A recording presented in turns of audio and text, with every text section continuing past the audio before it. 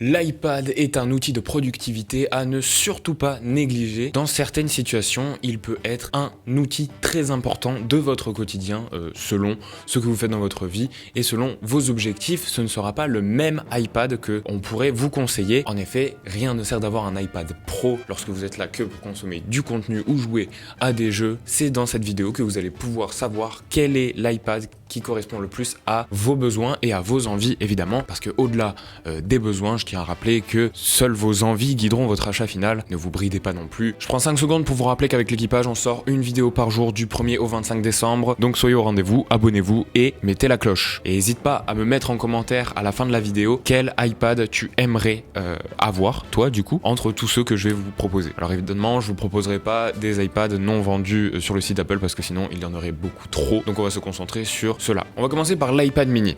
Celui que personne n'arrive à définir, celui que personne n'arrive à positionner. Cet iPad mini est un iPad au design actuel avec une puissance démentielle à l'intérieur d'un châssis qui peut tenir dans la paume de votre main. Cet iPad, c'est la passerelle entre les tablettes et les smartphones. Cet iPad, contrairement aux autres, n'a aucunement l'ambition de remplacer votre ordinateur portable. Il n'est compatible avec aucun clavier compatible avec les autres tablettes d'Apple. Il n'est compatible qu'avec l'Apple Pencil 2. Cet iPad, c'est un appareil complémentaire avec d'autres appareils. C'est pas un gros appareil en soi comme d'autres iPads peuvent l'être. Il est là pour de la consommation de contenu, réseaux sociaux, vidéos, jeux vidéo ou de la prise de notes. En effet, cet iPad peut servir de tout petit carnet. D'ailleurs, je sais pas si vous l'avez remarqué, mais si vous suivez Hugo Décrypte sur YouTube, vous pourrez remarquer qu'il est passé d'un iPad Pro immense dans ses mains à chacune de ses vidéos du jour à un iPad mini. Parce que dans ce cas-là précis, l'iPad mini était préférable. Et c'est vrai que c'est moins stressant à regarder. Je me demandais vraiment comment il faisait pour tenir toute une vidéo avec un iPad aussi gros à une main. Cet iPad, il est destiné à une petite catégorie de gens qui voient vraiment l'intérêt d'un petit iPad. Couplez-le avec un Apple Pencil, vous aurez un petit carnet de poche. Couplez-le avec un abonnement Apple Arcade et vous avez une Nintendo Switch. Cet iPad mini est vendu à 559 €. C'est très cher. Il faut vraiment en avoir l'utilité de cette petite taille. Passons maintenant à l'iPad 9. C'est l'iPad classique de cette année et c'est le tout dernier iPad vendu sur le store d'Apple, arborant l'ancien design des iPads, donc avec deux gros bords, un grand front et un menton, suivi d'un bouton Home équipé de Touch ID, comme même sur les anciens iPhones ou l'iPhone SE par exemple. Regardez cet iPad, c'est avoir l'impression de monter dans une DeLorean à chaque coup d'œil. Mais malgré son design, cet iPad en a sous le capot. Et même beaucoup. Il est vachement puissant.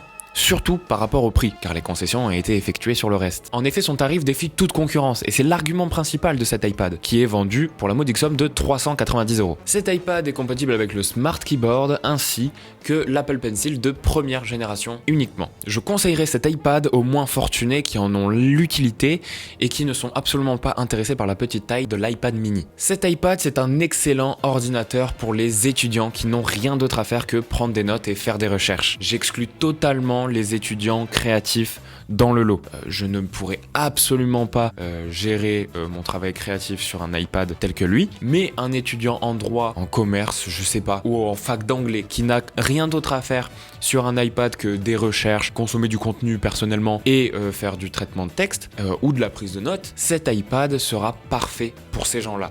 Et surtout, très accessible. Mais cet iPad sera tout aussi plaisant pour y regarder du contenu, ou pour pouvoir jouer à des jeux en le couplant avec Apple Arcade, une manette d'Xbox, et c'est parti, vous avez une console déjà un peu plus grande que l'iPad mini, donc plus agréable à regarder. Et maintenant, passons à l'iPad Air. L'iPad Air est un iPad à taille agréable, arborant un design moderne et épuré. Cet iPad est un puissant outil de création et de productivité, tout comme un excellent appareil de détente. Sa puissance n'est absolument pas à prouver. Selon votre utilisation, cet iPad peut totalement remplacer votre ordinateur, et il a vocation à remplacer l'ordinateur d'une majorité de personnes qui n'ont pas besoin de Mac, par exemple. Mais en plus de remplacer cet ordinateur, l'iPad vous offre d'autres possibilités. En effet, cet iPad est compatible Apple Pencil 2 ainsi qu'avec le Magic Keyboard. Cet iPad sera parfait pour la majorité des créatifs amateurs ainsi que les étudiants qui ont besoin de faire un peu de création, de la recherche, des visios, des prises de notes, du dessin ou de la retouche photo, par exemple. En gros, cet iPad satisfera totalement l'étudiant créatif qui cherche un outil de création et de productivité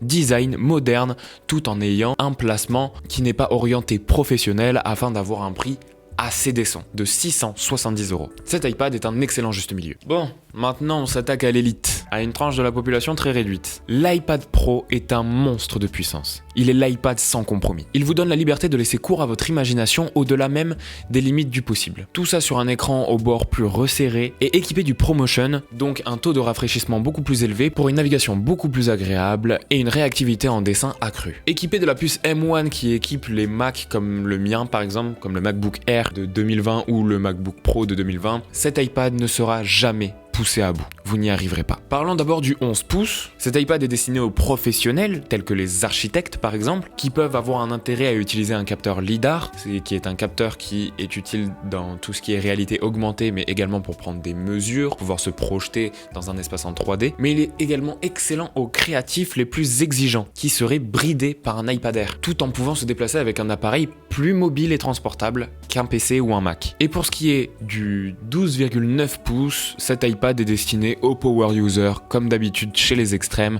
C'est l'iPad où il n'y a vraiment 0,000 compromis. Vous avez un écran encore mieux que sur le 11 pouces, avec la technologie mini LED qui vous donne des couleurs encore mieux, des contrastes encore plus profonds, une luminosité et un affichage sans égal, tout en gardant les avantages dont je vous ai parlé tout à l'heure sur le 11 pouces, évidemment. Cet iPad est inarrêtable. Voilà, à présent, vous êtes censé savoir quel iPad correspond à peu près le plus à votre utilisation. Ce que je vous invite à faire, c'est également, si vous le pouvez, d'aller regarder un peu le feeling que vous avez avec ces iPads en Apple Store, en Fnac ou en tout autre magasin qui les vend tout simplement. Là, on parlait surtout spécificité technique. N'oubliez pas non plus que vos envies peuvent vous guider.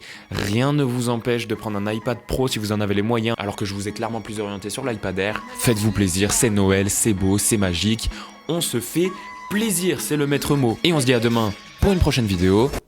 Du moins, je l'espère.